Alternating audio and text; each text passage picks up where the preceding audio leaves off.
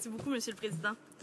Je suis très contente d'avoir l'occasion de parler du projet de loi C-586 aujourd'hui, pour pouvoir parler de la teneur exacte de ce projet de loi surnommé le Reform Act. Le NPD parle depuis très longtemps du déficit démocratique qui existe au Canada. De quoi s'agit-il? L'expression déficit démocratique réunit deux grandes catégories de concepts. Une bien réelle, se rapportant à l'exercice même de la démocratie, et une autre plus abstraite, qui touche à la perception qu'a l'électorat de ce même exercice. La démocratie canadienne est forte d'une expérience vieille de 150 ans. Elle est bien établie, fiable, et en quelque sorte, elle est un sine qua non. Nous ne pourrions plus envisager nos vies dans ce pays sans elle. Même si on la critique, et parfois avec raison, au fond, elle nous sert bien. À travers les années, on a amélioré le procédé démocratique quand on sentait qu'une anomalie s'y était glissée. Au gré des défis, avec les mœurs qui changeaient, avec les bouleversements démographiques, les sensibilités régionales, tranquillement, on a modelé et modifié cette Chambre à l'image du Grand Canada et de ses gens. Ce que j'essaie de dire, c'est que lorsque des problèmes de nature concrète se présentent, on les règle. L'exception majeure, et on va le dénoncer encore longtemps, c'est la soi-disant déforme électorale du printemps dernier qui va bloquer en grande partie la fluidité dans les scrutins à venir. Alors que nous sommes témoins d'une usure alarmante de la ferveur démocratique et que des gestes éclairés et dynamiques devraient être posés pour réveiller et intéresser l'électorat, une loi électorale répressive inspirée par celle de l'Allemagne de l'Est a reçu l'aval enthousiaste du gouvernement conservateur. Le déficit démocratique dont je parle est provoqué par des circonstances socioculturelles évidentes. Habituée à la démocratie, une partie grandissante du public ne sent plus sa fragilité et oublie sa responsabilité de citoyen électeur. C'est un phénomène très inquiétant auquel le NPD cherche des solutions depuis longtemps. Le gouvernement, lui, se réjouit quand le marasme règne. C'est triste, mais c'est comme ça. Sauf que notre plateforme à nous est claire et solide. Nous, on va tout mettre en œuvre pour combattre ce marasme. C'est à quoi s'attendent les Canadiens et on ne les laissera pas tomber.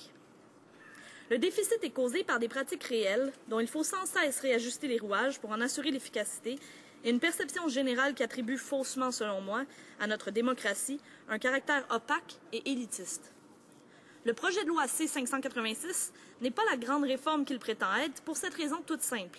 Alors qu'il dit s'attaquer à un problème concret, en fait, il agit d'abord et avant tout sur un problème de perception. Un projet de loi, c'est une solution proposée à un problème. Si C-586 sert à resserrer un boulon d'un des mécanismes concrets de notre démocratie, quel est ce problème? Si la solution est 42, est-ce qu'on sait c'est quoi la question? Voici le problème que ce projet de loi voudrait régler. Les chefs de parti et les preneurs de décisions dans les partis ont trop de pouvoir sur les procédés de nomination et sur les décisions en Chambre lors des votes. L'application de ces pouvoirs diluerait la voix démocratique du citoyen et contribuerait à l'opacité du régime qui nous dirige. Pour remédier à cela, et c'est ce que propose C-586, les associations de circonscription, le domaine de ce qui en anglais on nomme le grassroots, la base partisane, doit pouvoir choisir les candidats sans interférence. Une fois élus, ces candidats et candidates doivent jouir d'une plus grande marge de manœuvre lors des votes en Chambre. Tout ça semble bien beau, mais en réalité, on ne s'attaque vraiment qu'à un problème abstrait. En fait, l'occasion d'œuvrer pour améliorer le concret a été enterrée au printemps dernier avec la crédibilité démocratique du gouvernement dans une fausse conjointe. On ne choisit pas les candidats comme on choisit les chefs de parti. Ce ne sont pas des débats et des conventions à grand déploiement. Ce sont, dans la plupart des cas, des candidatures auxquelles personne ne s'oppose.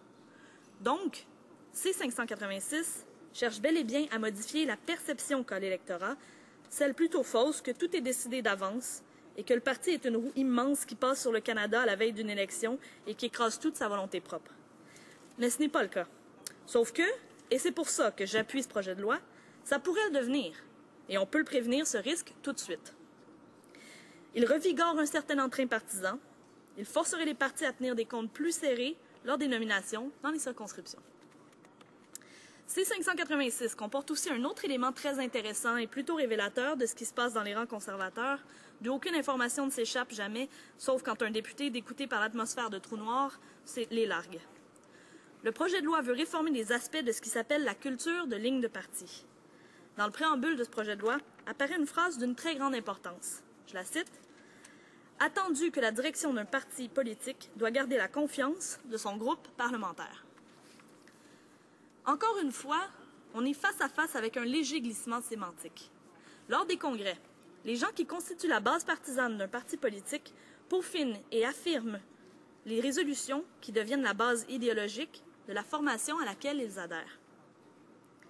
Le chef du parti, lui, dirige les élus avec sa propre vision stratégique des enjeux auxquels la base partisane accorde de l'importance. C'est elle ou lui qui orchestre la primauté de tous ses désirs, qui fait les calculs et qui prend tous les risques. Les députés doivent appuyer le chef et ses décisions, puisqu'avec lui, ils forment une molécule d'appui populaire. La ligne de parti, c'est l'accord entre le chef et les députés. C'est ce qu'offre le parti à l'électorat qui lui a octroyé sa confiance. L'électorat n'est pas partisan, lui. Les partis en chambre doivent respecter la diversité des opinions du public. Les chefs de parti détiennent la confiance de la base partisane, celle-ci a l'occasion de confirmer ou d'infirmer cette confiance lors d'un vote durant les conventions nationales. Quand on se présente pour être candidat ou candidate lors d'une élection, on annonce appuyer un chef. La plateforme électorale est un compromis. Certains de ces aspects peuvent ne pas plaire, mais il prend la décision de se concentrer sur certains aspects clés. Les crisettes de conscience en bout de chemin, lorsqu'on savait pertinemment dans quel bateau on montait pour descendre le Danube, ce n'est pas une composante du déficit démocratique. Désolé, c'est simplement une réalité auquel il faut faire face. Certains autres éléments du projet de loi me causent un problème par rapport aux pratiques internes des partis. Par exemple, je comprends que l'inclusion d'une élection pour le président des caucus peut sembler une excellente idée pour un parti qui ne fait pas déjà ça présentement. Mais pour le NPD, élire un président de caucus une fois ou 4 ans serait un recul par rapport à notre pratique actuelle de tenir une élection à chaque année. En plus, notre parti fonctionne avec un système de parité homme-femme qui marche très bien. Évidemment, si ce projet de loi nous forçait à régresser sur ces fronts, j'aurais de la difficulté à l'appuyer. Mais le parrain du projet de loi nous a assuré que ces changements deviendraient des suggestions plutôt que des obligations. Donc maintenant que le député de Wellington-Halton Hills a indiqué qu'il était prêt à changer en comité par des amendements certains des éléments de son projet de loi, je pense que la meilleure décision présentement est tout à fait de voter pour, d'envoyer ce projet de loi en comité, d'étudier les impacts et les effets de ces réformes.